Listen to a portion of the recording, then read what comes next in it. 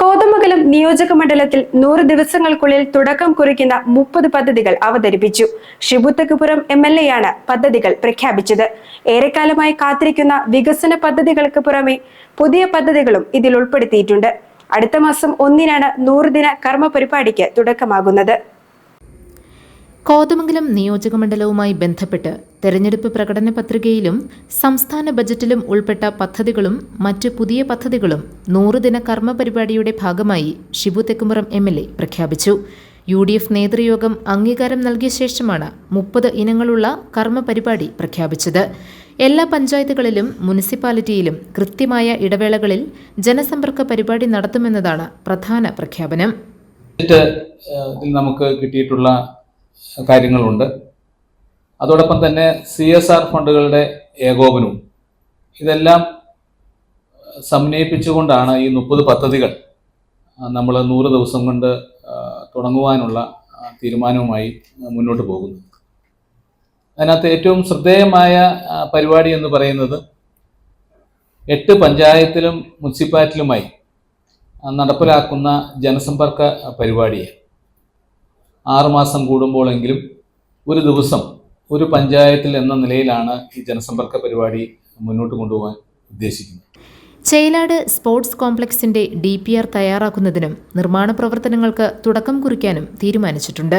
തങ്കളം കാക്കനാട് 4-വരിപ്പാതയുടെ പഴയ അലൈൻമെന്റിന് സർക്കാരിന്റെ അംഗീകാരം നേടുമെന്നതാണ് മറ്റൊരു പ്രഖ്യാപനം. തങ്കളം കോഴിപ്പള്ളി ന്യൂ ബൈപ്പാസ് പൂർത്തീകരിക്കും. തങ്കളം കാക്കനാട് റോഡിന്റെ കാര്യമാണ് നമ്മുടെ സ്വപ്ന പദ്ധതിയാണ്. ആ റോഡ് പുതിയ അലൈൻമെൻറ്റുമായി മുന്നോട്ട് പോയിരിക്കുന്നു. അപ്പോൾ നമ്മുടെ ആദ്യ ശ്രമം എന്ന് പറയുന്നത് പഴയ അലൈൻമെൻറ്റിലേക്ക് ആ റോഡ് കൊണ്ടുവരിക എന്നുള്ളതാണ്. 27 കിലോമീറ്റർ കൊണ്ട് കാക്കനാട് എത്തുന്ന നിലയിലുള്ള പഴയ അലൈൻമെൻറ്റ് അത് അംഗീകരിച്ച് തുടർന്നുള്ള നടപടികൾ നമ്മൾ 100 ദിവസം കൊണ്ട് മുന്നോട്ട് പോകാൻ ആഗ്രഹിക്കുന്നു. ചേലാട് സ്റ്റേഡിയത്തിന് ബഡ്ജറ്റിൽ നമുക്ക് അംഗീകാരം ലഭിച്ചിട്ടുണ്ട്. ചേലാട് സ്റ്റേഡിയത്തിൻ്റെ ഇപ്പോഴത്തെ അവസ്ഥ എന്ന് പറയുന്നത് കിറ്റ്കോ അത് ഏറ്റെടുത്ത് അത് ടെൻഡർ ചെയ്തു. പക്ഷേ എടുത്തയാൾ അത് മുന്നോട്ട് പോയില്ല. വീണ്ടും കിഫി പദ്ധതിയുടെ ഭാഗമായി മുന്നോട്ട് കൊണ്ടുപോകാനുള്ള ശ്രമം നടക്കുന്നുണ്ട്. MLA ഭവന നിർമ്മാണ പദ്ധതിയും പ്രഖ്യാപിച്ചിട്ടുണ്ട്. 5 വർഷത്തിനുള്ളിൽ 250 വീടുകൾ നിർമ്മിക്കുന്നതിനാണ് തീരുമാനം. 100 ദിവസങ്ങൾക്കുള്ളിൽ ആദ്യത്തെ 10 വീടിന്റെ നിർമ്മാണം ആരംഭിക്കും. കോതമംഗലം ടൗൺ ഹാളിന്റെ നിർമ്മാണം ആരംഭിക്കുന്നതിനും നടപടിയെടുക്കും. ഭൂതത്താൻകെട്ടിലെ മിനി ജലവൈദ്യുതി പദ്ധതിയുടെ പൂർത്തീകരണത്തിനുള്ള ഇടപെടൽ നടത്തും. ചുരുങ്ങിയത് 250 വീടുകളെങ്കിലും MLA ഭവന നിർമ്മാണ പദ്ധതിയുടെ ഭാഗമായി പൂർത്തിയാക്കണം എന്നാണ് തീരുമാനിച്ചിട്ടുള്ളത്. 100 ദിവസം കൊണ്ട് 10 വീടുകളുടെ നിർമ്മാണ പ്രവർത്തനങ്ങൾ നമ്മൾ ആരംഭിക്കും.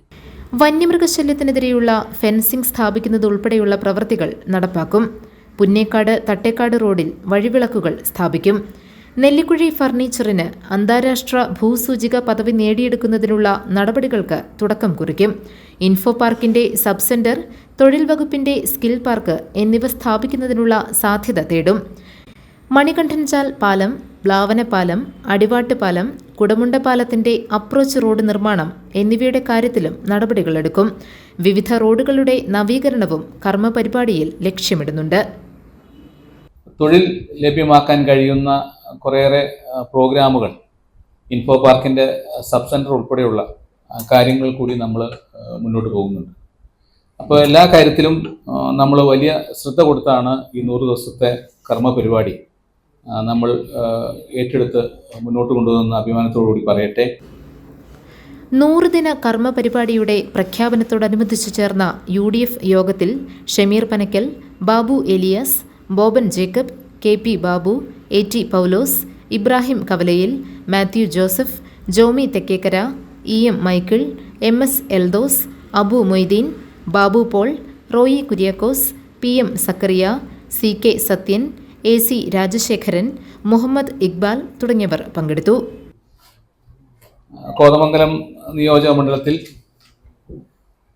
ഓഗസ്റ്റ് 1 മുതൽ 100 ദിവസം കൊണ്ട് നടപ്പിലാക്കാൻ കഴിയുന്ന, ചേർത്ത് വയ്ക്കാൻ കഴിയുന്ന 30 പദ്ധതികളാണ് ഇതിൻ്റെ ഭാഗമായി ഉൾപ്പെടുത്തിക്കൊണ്ട് മുന്നോട്ട് പോകാൻ നമ്മൾ ആഗ്രഹിക്കുന്നത്.